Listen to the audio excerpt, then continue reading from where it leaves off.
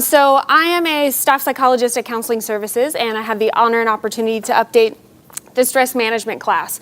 And to be honest, before I took the Online Essentials course over the summer, I wasn't really sold on online learning because I was an online student at one point, and I know the type of effort and energy I put into it. But after the course, I am definitely sold, and I'm super excited about the class that we're offering. So, big picture stress management. From a psychologist perspective, I want to give you some data on why stress management is important. Now, we may take this for granted at times because stress management may feel like a luxury and that we're doing great things if we're stressed out. But in reality, there are serious consequences to consistently having cortisol and stress running through our system. And there have been causal links to all of the leading causes of death. So heart disease, cancer, lung ailments, accidents. Thinking about if you're not sleeping well because you're overstressed, you're more likely to make errors while driving, for example, or if you're working heavy machinery, cirrhosis, and then also suicide. So 43% of all adults suffer adverse health effects due to stress. And then 80% of visits to primary care physicians are due to that. So if we can decrease stress, we can decrease our healthcare costs. Yay! So in terms of some students and stress concerns, stress at low levels can be beneficial. So we do want to have a little bit of stress. So all of us who are presenting today, we're a little stressed at least. But that means that we're going to rise to the occasion. We're going to feel really good about what we're doing. However, a majority of college students, 53.5%, as you can see, reported their stress was above average or extreme. So they felt like it was too much, and that's not good.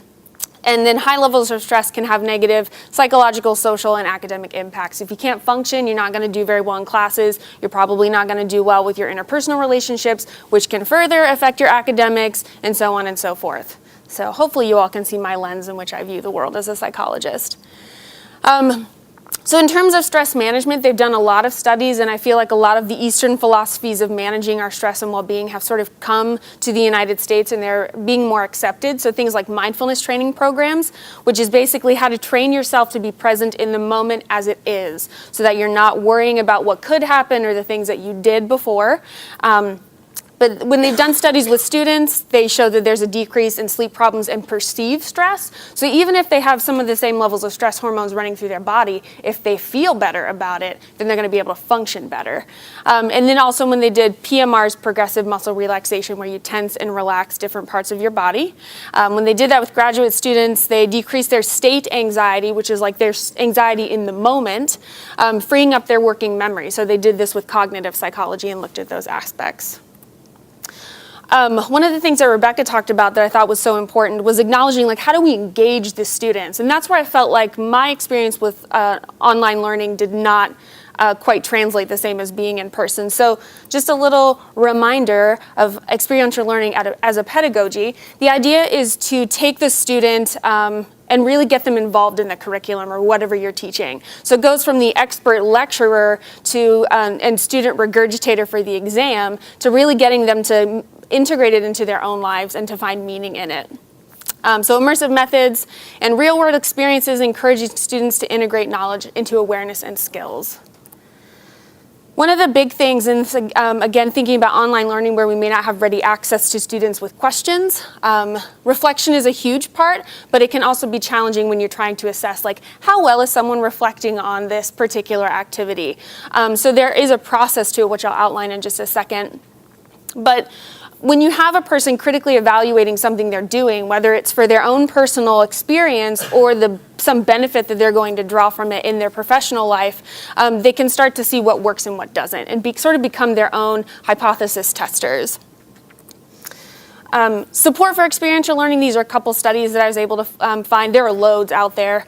But so experiential education enhances students' workplace readiness and employability, which is great. We want our students to get jobs.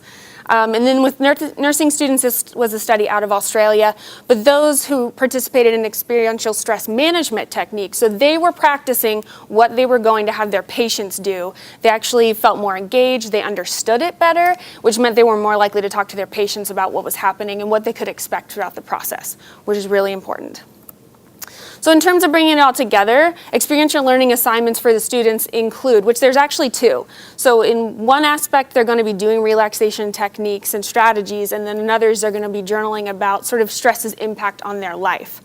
So identifying their preferred methods of relaxation, practicing, which is a key component, at least 15 minutes a day, 5 days a week, tracking their progress. So, thinking about self-reflection being really important. You have to know how you feel before you do it, what it's like while you're doing it, and if there's a change in positive or negative in your stress amount after you do the activity, and then adjust as appropriate. So, now's when you get to do it. Yay! So what I'd like you to do is just start off and think about how you're feeling right now in this moment. And if you're thinking about stress could be different from one person to the next, and that's not really what matters here. It's just how you're feeling right now.